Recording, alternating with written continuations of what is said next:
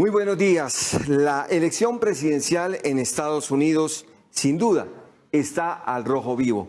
Trump y Biden pelean 1-1, cada voto y 5 estados fundamentales en este ejercicio democrático en Estados Unidos para llegar a la Casa Blanca el próximo 20 de enero. Por eso, vamos al punto ahora y en este instante tenemos comunicación precisamente con Sandra Botero, internacionalista de la Universidad del Rosario. Sandra, muy buenos días. ¿Cómo ve usted la situación en este instante, en este momento? Porque aquí hay que hablar minuto a minuto de lo que está ocurriendo precisamente en ese conteo electoral. Muy buenos días. Hola Juan Carlos, buenos días. Muchas gracias por la invitación. Bueno, creo que es una mañana donde no tenemos todavía claridad absoluta sobre quién es el ganador de la elección. Hay un poquito más de información de la que teníamos anoche, pero tenemos todavía 9 estados que están un poco en el aire. Entonces depende de lo que pase hoy, pero podría ser incluso hasta el viernes. Incluso hasta el viernes, o incluso alargarse un poco más, teniendo en cuenta todo lo que ha ido ocurriendo política y legalmente, como lo plantea el presidente Trump en este instante. Pero digamos, hay 5 estados fundamentales en este momento: Wisconsin, Michigan, Pensilvania, Georgia y Nevada. ¿Algún otro puede haber ahí o estos son fundamentales a la hora de lograr esos 270 puntos? Yo pondría otros 2 en mi lista. Creo que también hay que seguirle mucho la pista a Carolina del Norte, porque aunque en este momento, digamos, el conteo indica una ventaja de Trump, de todas formas está muy, muy pegado y los condados que faltan por reportar sus conteos podrían cambiar basados en cómo les fue en la elección pasada. Entonces, uno, Carolina del Norte, y el otro que creo que hay que mirar, porque no sé muy bien cuál conteo estás mirando tú, es el de Arizona, porque Arizona ya la Associated Press dijo que era para Biden, pero hay algunos que todavía no lo han declarado. Entonces creo que esos 2 son los otros 2 que yo miraría. Y no recuerdo si pusiste a Georgia. ¿Dijiste a Georgia, Juan Carlos? Y claro que dije Georgia, sí señor. Listo. Así Entonces es. definitivamente Georgia también, sí. Es que en este instante el conteo es bien difícil. Se dan diferentes versiones, digámoslo así. Los conteos hay muchos que se han quedado quietos, otros que siguen haciendo el conteo, pero como esto está cambiando minuto a minuto, segundo a segundo, pues la cosa no está nada fácil, obviamente. Sandra. Claro, es muy complicado porque, digamos, yo creo que para el final de día de hoy vamos a saber Michigan, Wisconsin, Arizona, digamos, de manera definitiva. ¿Listo? Entonces, digamos, con algo de suerte, Georgia también. Pero todavía nos faltan por ahí 12 o 18 horas, ¿cierto? Pero, digamos, está esa incertidumbre, está la incertidumbre de Nevada, que puede ser muy importante, pero que ha dejado de reportar, ¿cierto? Entonces, digamos, hay otros estados que están botando información, como que a medida que avanzan van diciendo. Pero, por ejemplo, Nevada es muy importante y no vamos a saber nada hasta mañana a mediodía. Digamos, ya la persona que está a cargo dijo, hablamos mañana a mediodía, porque antes de mañana a mediodía yo no vuelvo a dar avances. Y, por ejemplo, sabemos que Pensilvania no vamos a saber sino hasta el viernes. Digamos, el gobernador ya dijo, lo vamos a hacer, vamos a contar hasta lo último que tengamos que contar, pero yo me demoro hasta el viernes, porque ellos no pudieron empezar a contar sino hasta hoy, por ley. Entonces, creo que lo que es también para nosotros como colombianos es como difícil pensar en por qué se están demorando tanto, porque, claro, nosotros tenemos un sistema central, ¿no? Que todo cierra y depende de una sola institución. Pero en Estados Unidos está muy descentralizado. Entonces, eso también creo que dificulta un poco entender estos resultados electorales. Claro, hay mecánicas distintas, sin duda alguna. Claro. Eso está clarísimo. Miren, en la madrugada dice el presidente Trump en su discurso que irá hasta la Corte Suprema incluso y que hará todo lo posible para que se detenga el proceso de conteo de votos. A propósito precisamente de lo que usted está señalando, el tema de los votos que llegaron por correo y que faltan en muchos de estos sitios que hemos nombrado. Y Biden dice, paciencia y vamos a contar hasta el último voto. Palabras más, palabras menos. ¿Cómo ve esto usted, la estrategia de Trump primero? Mira, yo creo que hay que pensar como en 2 cosas. Primero, creo que hay que entender que lo está diciendo por decir algo políticamente, ¿no? Porque por darle, creo, contentillo a sus seguidores, porque esa ha sido como su estrategia desde hace semanas, ¿cierto? Entonces, creo que por un lado está como la dimensión política, pero creo que por el otro lado está la realidad legal de lo que significa llevar un reconteo a la Corte Suprema. Entonces, pensemos un poquito en el segundo escenario, ¿cierto?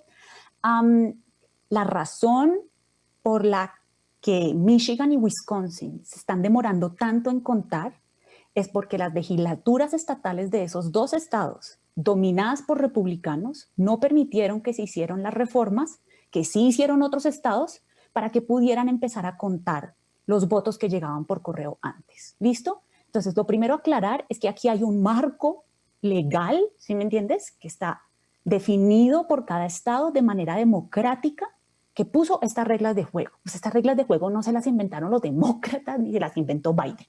Eso estaba ahí. Entonces yo creo que, o sea, que el presidente Trump entre a contestar eso es un poquito difícil. Uno podría imaginarse, y yo creo que vamos a ver eso, demandas en las semanas que vienen que pidan reconteos en ciertos lugares, ¿cierto? Cuando tú dices, oiga, no, a mí me parece que yo tengo dudas con la forma en que contaron ahí, quiero que lo reconte. Pero eso es un proceso distinto. Y ese es un proceso que creo se demoraría mucho en llegar a la Corte Suprema. En el momento no hay ninguna evidencia de fraude masivo. Lo que hay es un proceso que se demora por la naturaleza descentralizada. Entonces yo creo que es importante como tener esas dos cosas separadas, Juan Carlos. Lo que él dice porque está diciendo a su base, pero que no necesariamente puede hacerse efectivo.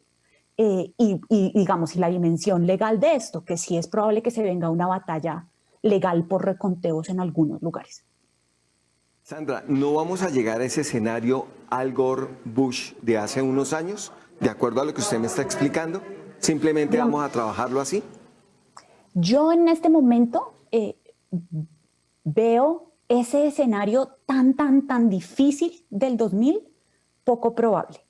Quiero aclarar, esto no significa que no vaya a haber batallas legales, pero es que acuérdate que, o sea, digamos, para la gente que no lo conoce, si me permites, hago un resumen súper chiquito, ¿cierto? Lo que sucedió en el 2000 en Florida fue que hubo problemas gravísimos con el sistema de conteo en la Florida.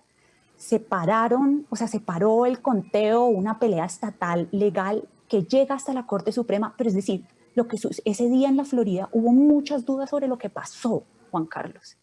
Yo veo demoras en este momento en Estados Unidos, pero yo no veo, digamos, ningún condado donde estén diciendo que es que la gente votó mal, que no se ha contado. O sea, lo que pasa es que la gente se va a demorar un poquito en contar, pero están contando y están contando bien y el sistema está funcionando.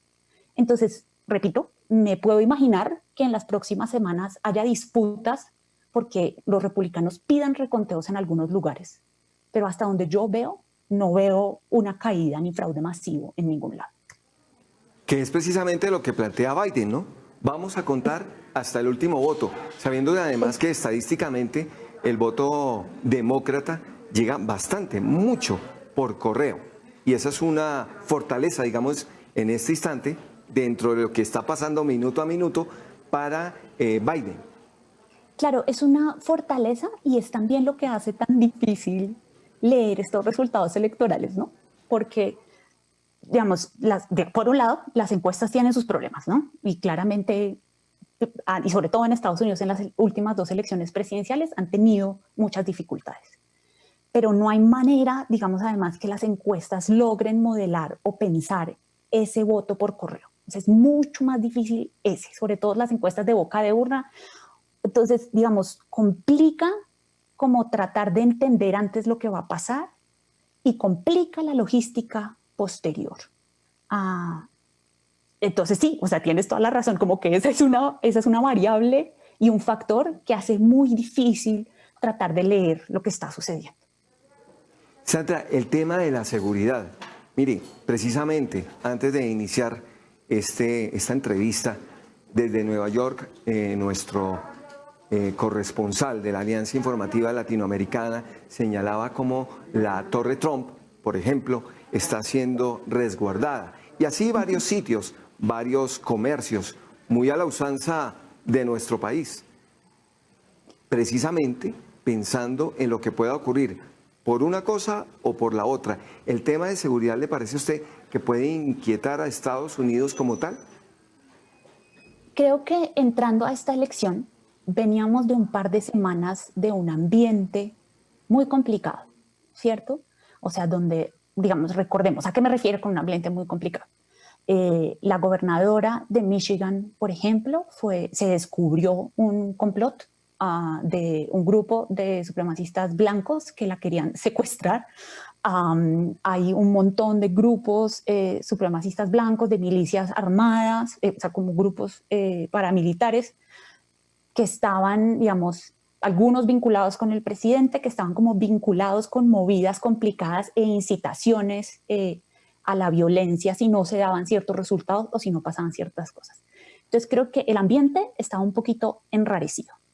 Y por eso es que vimos esas medidas. A ese ambiente enrarecido no ayudó para nada el presidente Trump con sus declaraciones, digamos, que en ocasiones incitaban abiertamente a una respuesta violenta si él no ganaba.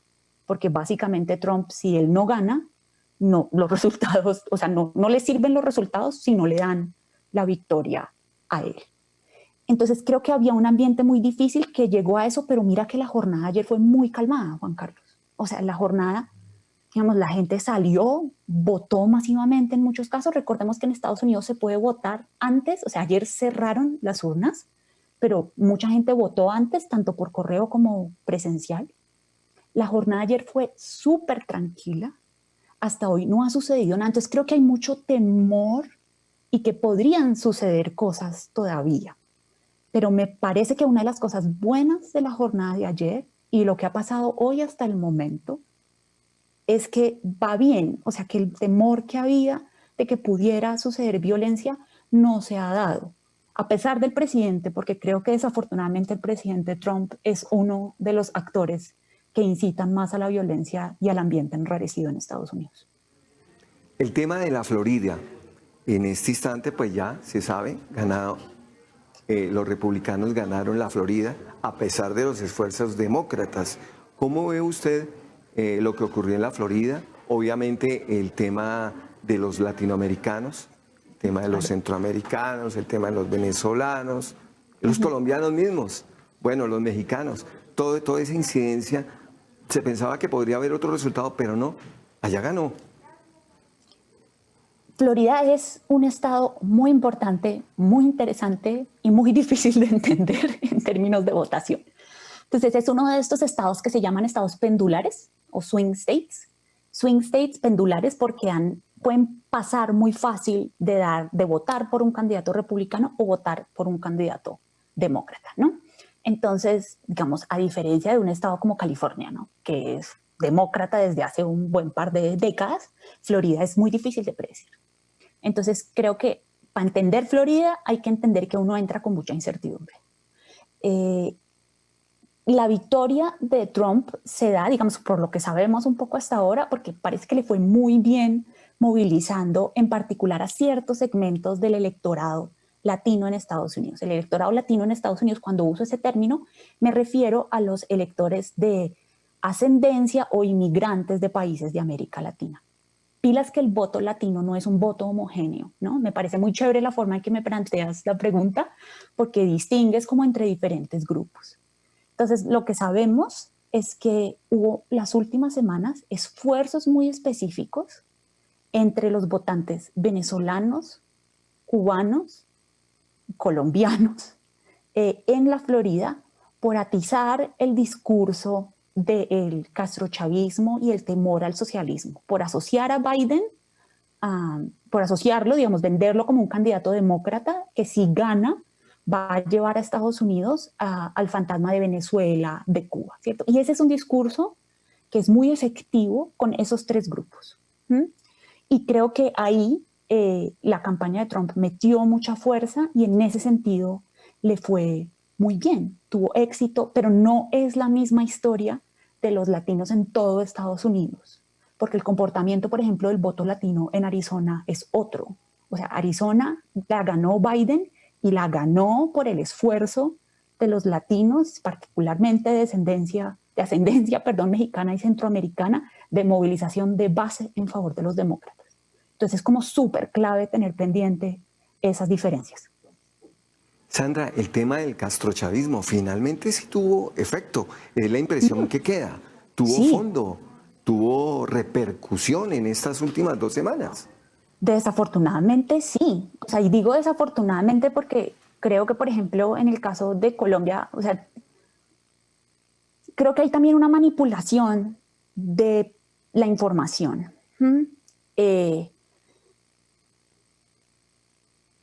Hay una manipulación de la información y hay un ambiente de mucha desinformación vía WhatsApp y de campaña de temor vía WhatsApp. Pero sí, definitivamente este fantasma del castrochavismo, de que digamos, este discurso de que Estados Unidos va a terminar como Venezuela, cosas por el estilo, y del socialismo, o sea, de ver del socialismo como este monstruo malo y de Biden como un socialista malo, fue muy, muy, muy, muy efectivo en la Florida. Las cosas así están bien difíciles, bien reñidas. Usted me decía entonces Carolina del Norte, me hablaba también de Arizona, sumamos Nevada, Georgia, Pensilvania, Michigan y Wisconsin. Sí. De acuerdo a ese análisis que usted ha venido haciendo, y obviamente no le estoy pidiendo que me lo diga, pero ese análisis minuto a minuto de lo que está ocurriendo, de lo que falta por analizar, por venir, por contar, ¿qué impresión le queda? ¿Quién va a llegar a la Casa Blanca el 20 de enero? Bueno, creo que es difícil dar una respuesta definitiva, claro, ¿no? O sea, como decir, hay otros momentos en que uno dice, no, fijo va a pasar tal cosa. Pero esto es un poco lo que veo. Y diciendo siempre que yo, digamos, soy susceptible de actualizar este comentario a lo largo del día. A mí me parece que por lo menos hasta el momento, Wisconsin y Michigan se ven como lugares donde es posible que Biden tenga una victoria. Lo de Georgia creo que está muy, muy, muy apretado. Es difícil saberlo. Si Biden tiene una victoria en Michigan y en Wisconsin, que son cosas que vamos a saber al final del día hoy, ¿cierto? Creo que eso lo pone en un lugar mucho más calmado y mucho más tranquilo. Me parece que esos dos anuncios son fundamentales. O sea, si llega a ganar Georgia también, ya, digamos, apague y vámonos, porque al final del día entonces ya sabríamos con mucha mayor certeza que logró llegar a los 270. Entonces, si te lo resumo, creo que diría que Biden tiene buenas posibilidades, pero que es una carrera muy, muy, muy, muy, muy apretada. Entonces, que es difícil decirlo con certeza. Después de este ejercicio electoral, ¿queda un Estados Unidos de extremos? Pase lo que pase. Sí, sin duda alguna. Y mira que los resultados son una muestra clara de eso. Las encuestas hasta días antes de ayer, perdón la redundancia, le daban a Biden una victoria más o menos holgada, ¿cierto? Como que la mayoría de las encuestas, si no todas, lo declaraban como el ganador, con una victoria más o menos holgada. Y eso no se dio. O sea, si Biden gana, que repito, es una posibilidad, no está 100% seguro, pero parece que va un poquito hacia allá. Pero si gana va a ser una victoria súper apretada. Eso mirando tanto al colegio electoral como al voto popular.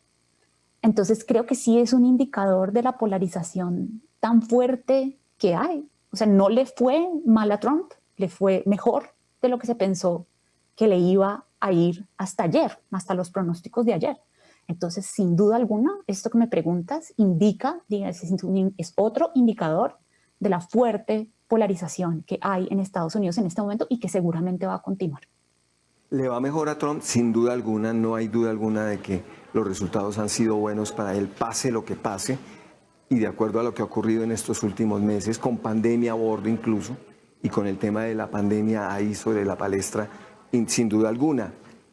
Noviembre, claro.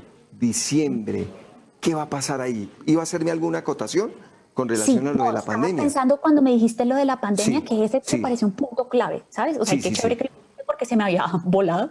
Dale. Creo que mucha gente estaba pensando antes que le iban a cobrar a Trump más duro lo de la pandemia. Y mira que no. O sea, que ese no resultó siendo, parece que no es como el factor tan determinante. Entonces, siento que, o sea, más allá de lo que uno piense, digamos, y para uno eso sí es muy preocupante, la manera en la que él está manejando la pandemia o no, definitivamente para su base no lo es. Y para una porción sustancial de la gente que vota por él, claramente esa no es la prioridad.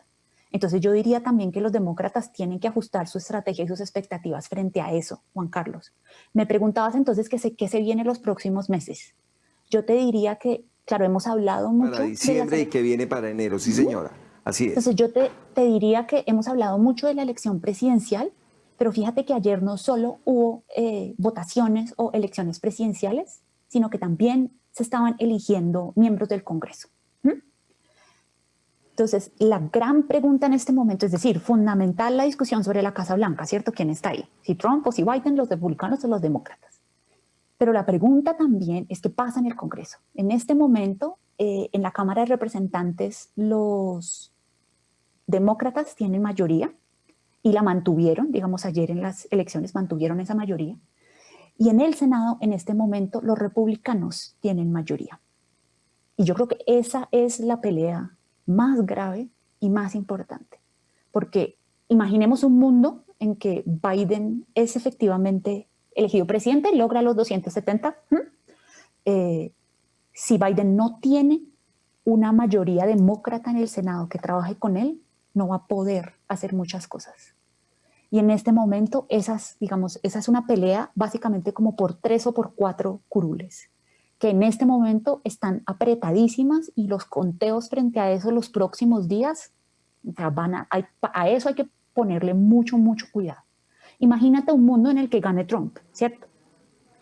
Para Trump la pregunta de quién está en el Senado también es fundamental, porque imaginémonos que ganara Trump y que quedara con mayoría en la Cámara y mayoría en el Senado. No lo van a dejar hacer nada. Entonces, si no entendemos cómo queda el Congreso, no vamos a entender qué gobernabilidad tiene el nuevo presidente. Entonces, yo diría que eso es como lo que hay que ponerle mucho cuidado los 2 meses que vienen.